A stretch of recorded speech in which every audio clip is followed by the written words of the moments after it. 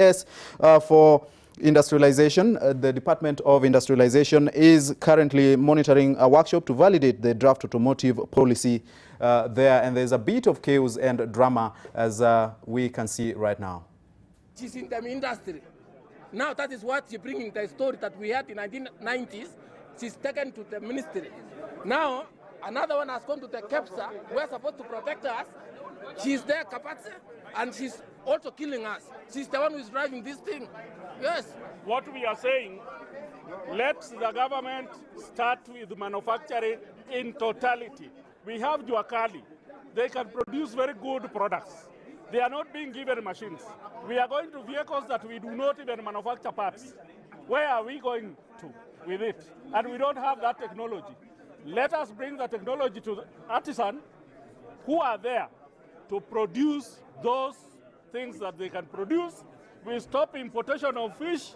We stop importation of chapatis. We stop importation of toothpicks, matchbox. Let's finish with those first. We protect our people. Then we go to the manufacturing of motor vehicles when the country is ripe for it. Not before we are ripe. We have to adapt the technology. We have to train our people to qualify such that they can actually do that by ourselves because we have the natural resources. What are we doing with the natural resources? We have iron ore, we have all sources of resources. Let's take our things. Are not taxed. They are taxed. They are taxed. You know why they are taxed? People drive Subaru since 2016. I will give you an example to drive the filter. I will give you an example. Honestly, you have the VW Polo, isn't it? You're saying you're assembling it here in Thika. You're selling it for 1.6. Okay? The Kenyan who has 1.6 does not want a Polo. He wants a used Nissan X-Tray because the train to his road to Gishagi cannot accommodate a VW Polo. Yeah. Which we have not banned. Wants to cripple the buying power of the Kenyan. You want him to get a raw deal with the little money that he has. You want him to get a raw deal in the name of brand new. These vehicles imports are not banned. Yeah? They are not banned. You can bring them. Which one? The ones you have mentioned. No. You're banning 1500 cc and above. 2019. No. And above. 1500 cc and above is what you want to grab. It's the not a policy ban. is talking about 1500 cc and above. And it's not a ban. And what we are also asking you is, and we are asking what we are also asking you is, what we are asking you is, after a Kenyan has bought his brand new car, and you know, you have very good points, that if you allowed us to take notes, the people who introduce themselves, very good points, which now, as you send us back to the office, we will be considering. Now you are sending us back to the office the newspaper without anything. We want to capture it. Those are the good points we wanted to hear. Then we take them to the policy as we go to work. Now you don't allow us to work. When will we receive this good point? You know, you can validate. You can validate and say we don't. But what is the difference with this, which we are telling you now? Can we hear you now? You have come, and we listen to you now. You are the stakeholder. We use this opportunity. Let us hear your view. the problem with this one is if you can take it from the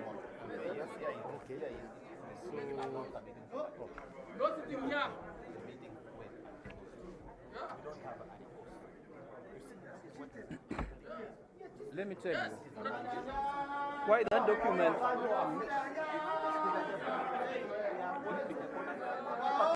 You see, brother. because that is how what the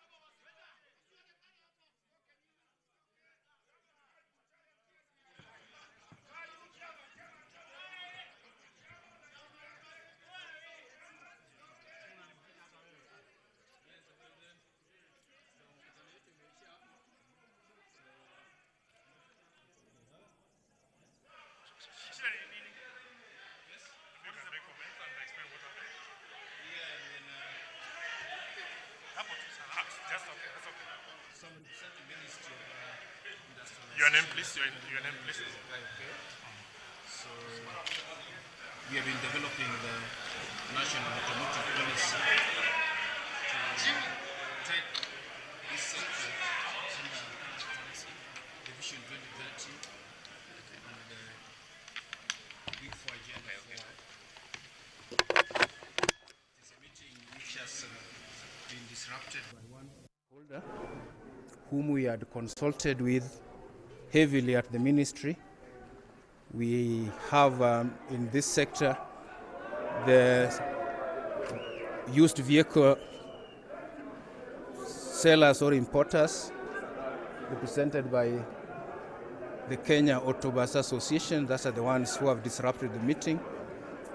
We have consulted with them before in the ministry. We have Kenya Vehicle Manufacturers Association, KVMA. Those are the assemblers. We have what we call the Auto Parts Manufacturers Association, APMA, people who make parts and components in Kenya. And then we have what we call the original equipment manufacturers, the people who own the brands. We have consulted with these four groups at the ministry heavily. Each and every stakeholder had their stake in the policy. So today, as we put in the newspapers, we have posted the draft policy that each and every stakeholder, and Kenyans in particular, were to give us their position so that the government makes a policy that addresses everyone. The CABA people have not allowed us to hear other stakeholders, and therefore the meeting has not taken place. We are going to consult at the ministry, and we'll revert back to Kenyans on the way forward. Thank you. What exactly would you be consulting on? Because they've raised very pertinent issues. One of the issues being that the bill will phase them out of business. So when you're consulting, how will you put that into consideration? So that is not the real position, because for you to do manufacturing, there are certain things that must also be done. So the policy is addressing everyone. It is addressing the used vehicles, it's addressing manufacturers, it's addressing the parts people as well. So everyone has something to benefit from the policy. If they could allow other Kenyans to also speak, you would have heard also what the justification for the policy is all about. From your position, what are they set to benefit from that bill? Kenyans will benefit, not only them. How? The youth will get jobs when we do manufacturing, because there are parts. You heard in the introduction, there are auto parts manufacturers that are also there. So we'll get one. So let's end it here and look forward to the next session when we'll have all Kenyans also speaking. Thank you.